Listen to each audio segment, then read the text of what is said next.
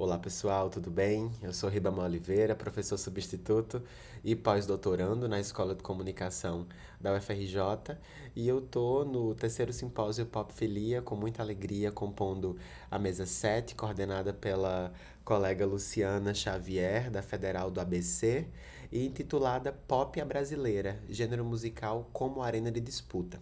O meu trabalho, ele é um reflexo, talvez, das minhas outras participações no simpósio Popfilia, mas ele tem uma curva à parte, que é sobretudo uma curva que me leva por outra sensibilidade, que aqui eu centro a partir da alegria. Então, diante do legado da cantora Lady Zu, que continua brilhando para nós, eu tento trazer mais um gesto, uma lembrança, um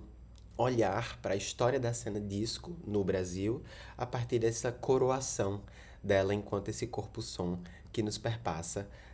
pela história da música. Então, é um artigo curto, ele é mais uma lembrança.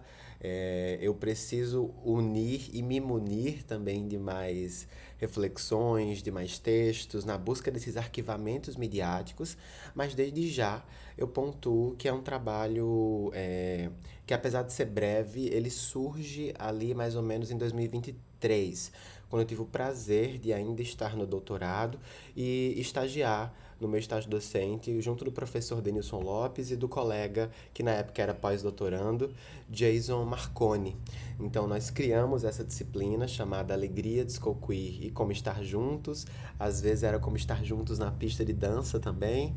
E a partir dos módulos desse curso que buscou historiografar numa grafia brasileira a perspectiva disco, centrar debate sobre corpo, gênero, raça e interseccionar o que há do tom brasileiro, qual o acento do Brasil na cultura disco. Então, nós partimos dessa sensibilidade, dos afetos positivos da alegria para pensar, por isso que eu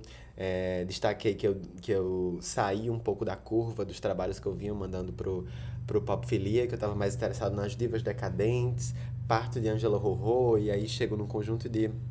de divas que fazem da performance da decadência, de uma teatralidade mais erosiva, esse encontro com o palco. E aí é um outro caminho pela cultura disco, porque a gente percebe que não só da experiência gay, mas também do corpo-som dessas mulheres que fazem a própria história disco, nós percebemos uma encenação da própria alegria.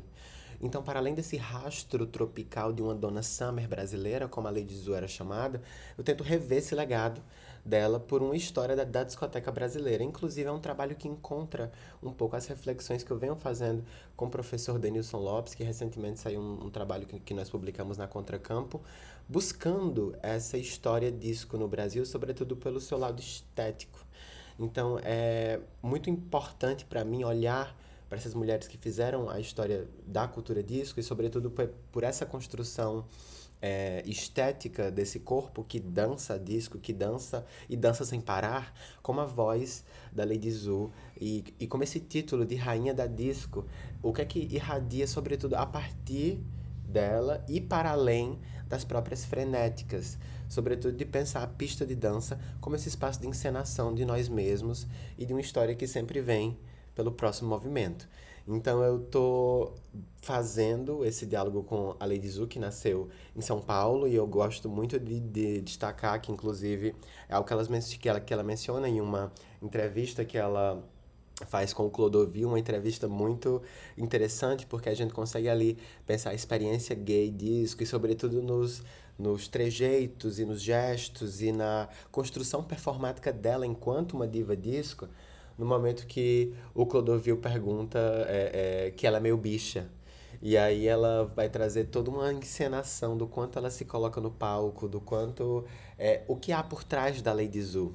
E é engraçado falar isso porque ela destaca a importância, sobretudo, de uma teatralidade brincante nos repertórios dela. E aí ela menciona que ela vem de uma família de Petrolina e que ela tem grande influência da cultura popular, embora tenha nascido no Canindé, em São Paulo. Então, talvez seja por esse lugar da Lady Zu, dos gestos de alegria, dos gestos que tem uma presentificação desses elos que compõem o que ela é no palco, que é interessante a gente pensar como ela se constitui enquanto diva. E aí ela entra, né,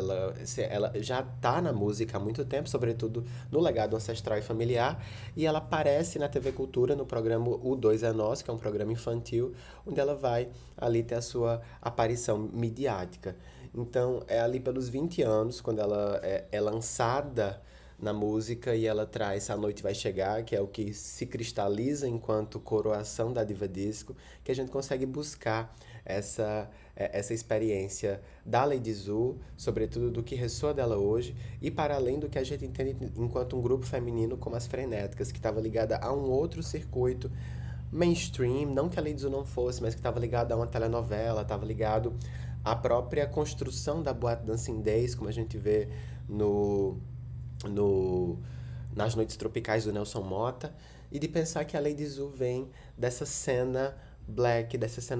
Rio, que inclusive é uma referência para mim o trabalho da colega Luciana Xavier para pensar. Inclusive ela menciona a Lady Zu, né? Eu acho muito importante a gente destacar que não há uma teorização, um adensamento sobre o legado da Lady Zu. Então esse trabalho meu que ele tenta fazer esse esforço de buscar esse corpo-som da Lady Zu na própria história da cena disco. Não só da cena disco, do que ressoa também por outros lugares que compõem a intersecção disco, mas do quanto ela aparece, do quanto ela se constitui, do quanto ela é vista e dita. Porque aqui eu faço um link com o trabalho sobre as divas decadentes, que era o que há entre a construção midiática da persona dela enquanto para além do palco, do que se excede do palco, tanto a construção da comunidade de fãs também em torno dela e a própria biografia dela. Então há uma triangulação interessante para se entender essa construção de cantoras. E sobretudo a Lady Zu, ela vem como uma bomba, como uma explosão, como uma novidade. E inclusive as manchetes aqui um exemplo dela, da Fonogrande, quando ela entra como essa bomba black, né? Quando ela chega para ficar e traz uma sonoridade corporal que não era nova, mas que traz um gestual cosmopolita também, traz um gestual também afincado em certas tradições. É interessante, eu acho muito bonito quando a Luciana Xavier fala que a Lady Zu, ela tinha um tom do baião, ela tinha um tom do samba quando ela encenava a própria disco. Então, eu estou tentando rastrear essa construção performática e midiática da Lady Zu. E aí, para mobilizar esses pressupostos iniciais, eu trago a perspectiva do Richard Dyer, que ainda precisamos defender a disco, né? Aqui no caso é um texto seminal, um texto que nos ajuda a nos posicionar historicamente para pensar quais as características da disco em torno do romantismo, da materialidade, em torno da própria sexualidade, como isso constrói o corpo da Lady Zu e do quanto a mídia também se embebe desse corpo. E aí, num contexto mais brasileiro, a gente cita o Nelson Motta, que traz a explosão da discoteca, sobretudo da inauguração da discoteca na Gávea, o quanto a relação da Rede Globo com a Sônia Braga, com a personagem, com toda uma cultura de celebridade que, inclusive, traz uma estética específica na abertura da telenovela Dancing Days na TV Globo e de pensar nos flashes, nas roupas, em todo um link com moda, numa maneira de se pensar numa estética também urbana sobre isso. Então, é interessante se situar Nelson Motta nesse contexto em diálogo com o Richard Dyer. E aí trago um cruzamento entre a perspectiva da Luciana Xavier com a cena musical Black Rio e com o Tiago Soares, que situa essa noção importantíssima de corpo-som das divas pop. Sobretudo porque a partir dessa apropriação do corpo-som a gente consegue dar um acento para Lady Zu em torno das hibridações desse corpo de diva disco. Afinal, o que é ser uma diva disco? Se as frenéticas eram essas divas, essas garçonetes que se estendem seu corpo para botas, meias lurex, qual era a performance e qual a estética disso, que aqui já é o encontro que eu trago com esse recente trabalho que eu publiquei com o professor Denilson Lopes. Então, eu estou tentando buscar a Lady Zu que hoje brilha com essa discografia e continua brilhando. Ela fez uma participação no Altas Horas em que, quando ela canta A Noite Vai Chegar, é como se houvesse um lampejo dessa primeira capa, dessa gesticulação, desse corpo que era um corpo embebido pelo som, pela pista, pela iluminação. Há uma teatralidade nos gestos da Lady Zu que permite situar a própria cena disco por um olhar histórico. E aí, aqui são os 4 álbuns da Lady Zu que ganham vários tons ao longo dos anos, inclusive o último, o Number One, que já tem uma pegada mais R&B e que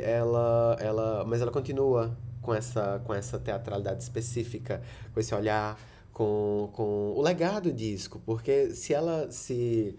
constitui nessa era específica, no final, praticamente, da era disco, é interessante pensar como ela nos ajuda a elencar um conjunto de outros artistas e outras cantoras que também fizeram parte dessa história. Então aqui é mais uma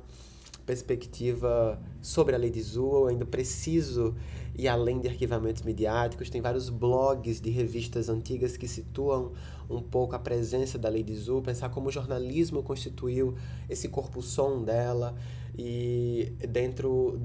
de uma perspectiva contraditória, dentro de uma perspectiva da glória também da cultura disco. Me interessa pensar essa influência do tamborim, essa influência rítmica que propõe a disco por um acento brasileiro.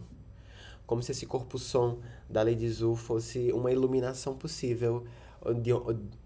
por onde uma sensibilidade da alegria permite que não só a construção da diva se faça, mas a construção de um gênero específico, de uma cena histórica específica. Então agradeço a participação no Simpósio Popfilia, sempre aprendo muito, e embora seja um trabalho que está germinando, ele germina dançando, buscando essa imagem da Lady Zu que nos retorna hoje, nos 60 anos dela, de uma maneira interessante e de uma maneira que merece ser vista e revista dentro da cena disco. Muito obrigado e até a próxima.